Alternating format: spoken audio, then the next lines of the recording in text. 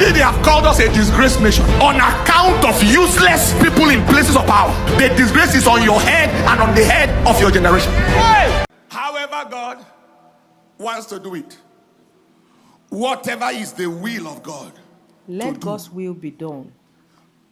National intervention, foreign intervention, whatever. Anyhow he wants God to do will it, do. Any way you will do it, Lord. It is not our problem at this point. But you know my we pain. need a solution. Let It God is a use shame whoever to that give a us the country with solution such we need. potential At this point, we should not that bother went to who God handle wants to Liberia, use. assist them, Whoever is went ready to assist and Sierra willing Leone, to work with God is went fine. to Somalia, that went all around the world to help distressed places. You can We have imagine. a terrible and we are in a set mess. of The leadership. same set of people. Wicked human us. beings. They would not help Wicked, us. Not that they cannot. They would not help us blood-sucking because they are the demons cause of the in mess places we of are authority, in. who allow this country to degenerate to a point where outsiders are saying they want to come and help. It is a disgrace to them, a very big disgrace to them and their generations. Killing, bloodshed is normal. Just be riding in your personal everything. It's normal. 1 million people perish, it means in nothing. Nigeria, What a people die more than useless animals. power. People Power that die cannot more than secure animals on a a daily nation. basis. Power that cannot secure the lives of indigents. Power that cannot help the people. Useless power. What shall it profit a man to gain political power and have no relevance on the ground and no relevance on the earth and no future in eternity? Do they care? Funny enough, these people don't care.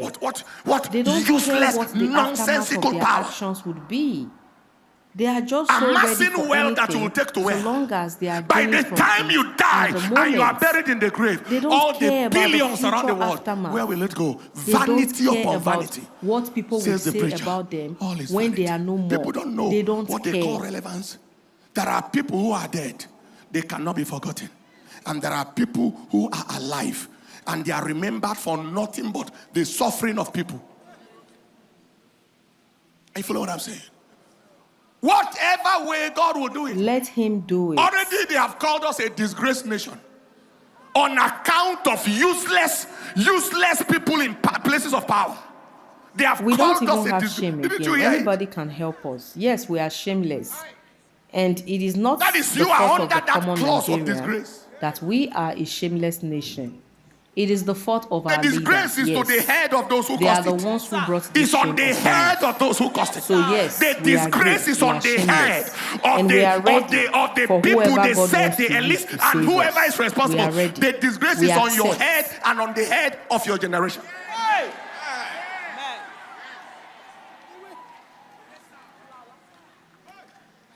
Military can help, but they are weakened.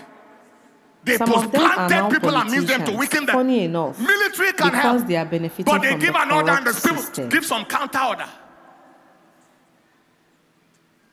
Arrest terrorists today, they are released tomorrow. The terrorists now have more rights, more Inconsequential. freedom than the harmless Nigerians. What? I don't know. The people And these who are people supposed travel to be out of the country. hiding They see are Dubai. now the ones working They see freely. Singapore. Why the They people see who are US. supposed to be They working rush to the freely UK. because they are Things are harmless working there. are now And the they ones don't have hiding common for their sense dear to lives. say, let this thing work in there, let it work here.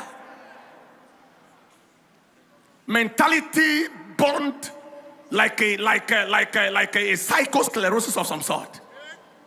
Burnt.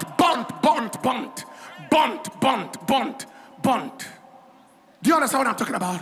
But we are in the days of judgment. Look at Ezra chapter 7 verse 26. If we must tell ourselves the truth, you would agree with me that Pastor Paul Enenche is one man who has always called out the Nigerian government for his bullshit. His voice has always been loud and clear about the ills of the Nigerian government, irrespective of who is there. He has always stood on the side of truth, not minding who is in power. During Buhari's regime, he was loud, talking about the ills of the government. During the 2023 general elections, he spoke about the flawed electoral system, how ballot boxes were snatched, how some people were prevented from voting in some parts of the country simply because they were not supporting a particular political party, how the beavers failed, how the result of the elections were manipulated, and so many things he spoke about. His voice was loud. Yes, nobody is perfect. In the eyes of God, we are not perfect. But when we see someone who is doing the right thing, we should encourage them. We should applaud them. We should support them. We should praise them in as much as we call out the people who are not doing the right thing. Pastor Paul has always been vocal, speaking against the government and its wicked practices. He has always been vocal. And I wish we can have at least 20 pastors in Nigeria with a large congregation who can be as vocal as Pastor Paul Enenche. While others are quiet for reasons best known to them, we know of so many pastors in Nigeria who have influence, who have the platform, whose voices can be loud but they decided to keep quiet, who can speak and people would listen to them, who can say something and whatever they have said would travel very far and wide. But they have decided to be quiet for reasons best known to them. We know of so many pastors who are not speaking. So many pastors who were speaking in the time of Jonathan, but have decided to go mute in this Tinubu APC-led regime, telling us to pray for Nigeria, telling us to handle things calmly.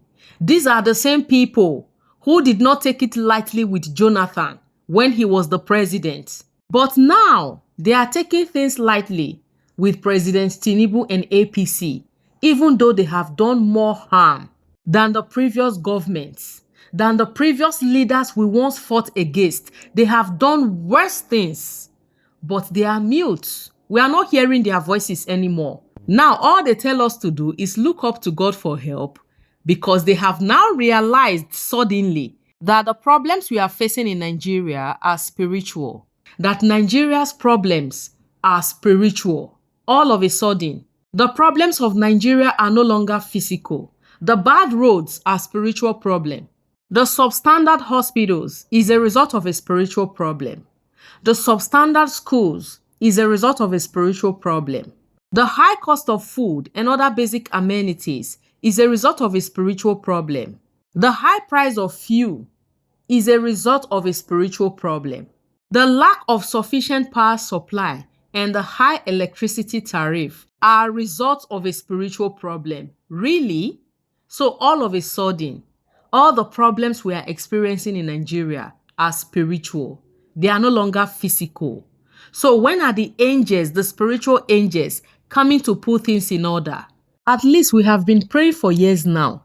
When are we expecting the angels from above to come down and put things in order for us, to come down and fix our roads, to come down and provide us with good hospitals, good schools, to come down and ensure that the fuel price is reduced? When are we expecting them? When are we expecting them to come to Nigeria and stop the Christian genocide?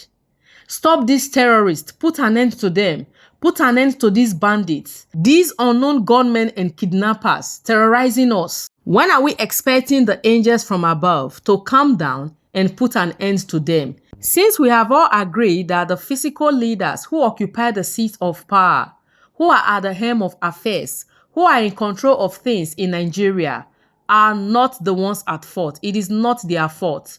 It is a spiritual force that is controlling whatever is happening in Nigeria. So we should not hold these leaders, these wicked demons, accountable. We should not hold them responsible for the mess we are in today. We should see it as a spiritual problem. So when are the angels coming to redeem us? A lot of Christians have been killed in Nigeria. Killings have been going on. And unfortunately, the big pastors we have are not loud about it. Most of them are not loud about it. They are now becoming used to it as if it is a normal thing. And all of a sudden, Donald Trump spoke about the Christian genocide in Nigeria. Some pastors are now beginning to come out to advise President Tinubu on what to do, just so that Donald Trump would not fulfill his promise. Where have you people been? Why have you not been loud about it? Why has your voice been so mute? And now that Donald Trump has spoken, declaring Nigeria as a country of particular concern, and has said that he was going to intervene, you now want to advise Tinubu on what to do so that Donald Trump would not fulfill his promise. Why are you scared of Donald Trump coming to help Nigerians? Why is it bothering you that Donald Trump wants to come and help Nigerians? We have been praying about it and nothing has changed. Is it not better we try another way? You speaking about it at this point shows that you want to save Tinubu's regime. You are more concerned about Tinubu's regime more than the lives of the common Nigerian people, the Nigerian Christians who have been killed all these years. Because you are speaking now for Tinubu to do something to prevent Donald Trump from coming. It shows that you are more concerned about Tinubu's government than the Christians that are dying on a daily basis in Nigeria. Imagine Pastor Wole Adefarasin said with his mouth that Christians have been killed over the years, but we shouldn't call it genocide. It is wrong for the Westerners to call it genocide. Really? How? How is it wrong if you call a spade a spade? Is it because all these years we have not been calling it what it is? Is that a problem now? Does it change the fact that Christians die on a daily basis in Nigeria? You are saying that they should not make it look like once a Christian comes out, he or she is killed. So what do you call it? What do you call the fact that Christians are being killed in a church? People are worshiping, and the next thing, they are no more. They are gunned down. What do you call that? See, it is better to just keep quiet than to talk and sound foolish. And by the time we call out these so-called men of God, these self-acclaimed men of God, we begin to hear statements like, touch not my anointed. Really? Did they tell you? Did God tell you he anointed them? When God was anointing them, were you a witness? Did you witness it? The same Bible which says, touch not my anointed, also says that by their fruits ye shall know them. And when these so-called men of God are possessing unholy and ungodly fruits, you are scared of talking about it. You pay a blind eye to it and behave as though it is normal because you have been brainwashed. Yes, you have been brainwashed. You cannot think for yourself. You cannot add one and one together to get the answer two. You cannot think. These same people travel out. They see the way the government of other countries work. They go there on holidays. They take their families there. They invest there. When they go there, they are at peace. And when they come back home with a different mentality and tell you to pray for God to make things happen in your country. They tell you to pray for electricity. They tell you to pray for good roads. They tell you to pray for good hospitals, good schools. Who does that? Who are they deceiving? No, who are they deceiving? The gullible ones, the brainwashed ones who cannot think for themselves. How many times do the citizens of developed countries pray for their leaders to swing into action? How many times? Their leaders know what to do, even though they are not saints. They know what to do.